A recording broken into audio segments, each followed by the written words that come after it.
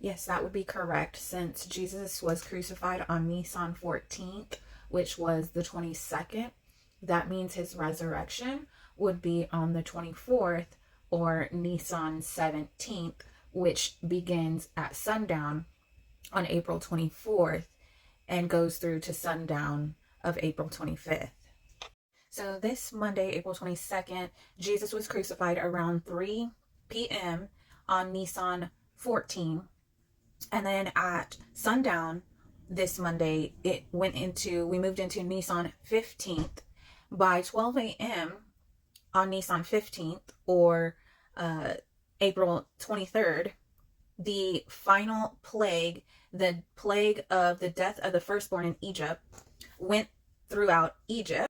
And it was on this day, which is our calendar is April 23rd, that Egypt was burying their dead sons, and Pharaoh gave the go-ahead to Moses to leave Egypt, to leave Goshen. So today is the day that they left Goshen and began their journey out of Egypt.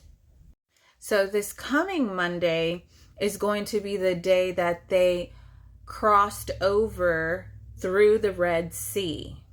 We mark Passover at this time of year because this is the time of the events of the Exodus as recounted in the Torah. According to the Torah, the march out of Egypt began on the 15th of Nisan, the first day of Passover. It was on this day that Pharaoh, after the 10th and final plague, resulted in the death of the firstborn of Egypt, told Moses that he and the Israelites are free to leave. As the story goes, after marching out of Egypt, the Israelites were brought to the Red Sea. Pharaoh, regretting his decision, amassed his army to chase after the Israelites.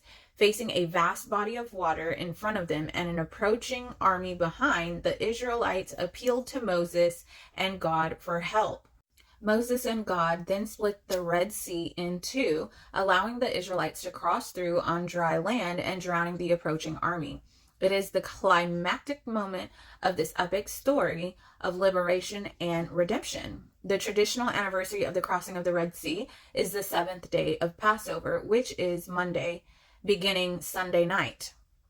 It was on this day that the Israelites finalized their liberation from bondage and permanently left Egypt behind. With the physical crossing of the sea, the Israelites also spiritually and emotionally crossed into a new chapter of their national saga and development. So while we celebrate the entire story of the Exodus on Passover, the holiday does span a specific time period of the story, from the time the Israelites left Goshen, where they lived in Egypt, to and through the Red Sea. And while the overall theme of Passover and the Exodus is freedom, during the specific time of the story, the Israelites were not completely free.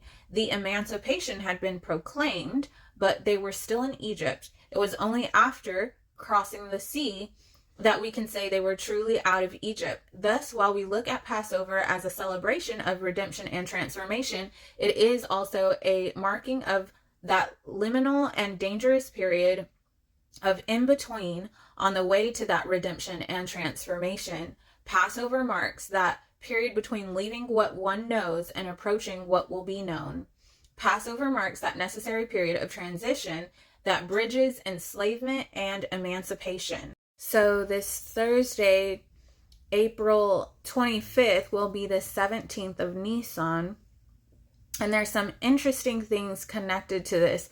Not only is this the day that Jesus was resurrected, but this was also the day that Israel entered and ate the first fruit of the promised land.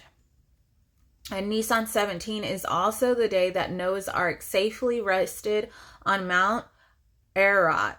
Nisan 17 is also the date of the cleansing of the temple by Hezekiah, 800 years after entering the promised land. So this week is a very powerful week and a very significant week. This is the week of transition between slavery and the promise and blessings of God, coming into a new beginning and a liberating place where we can eat the fruit of the promised land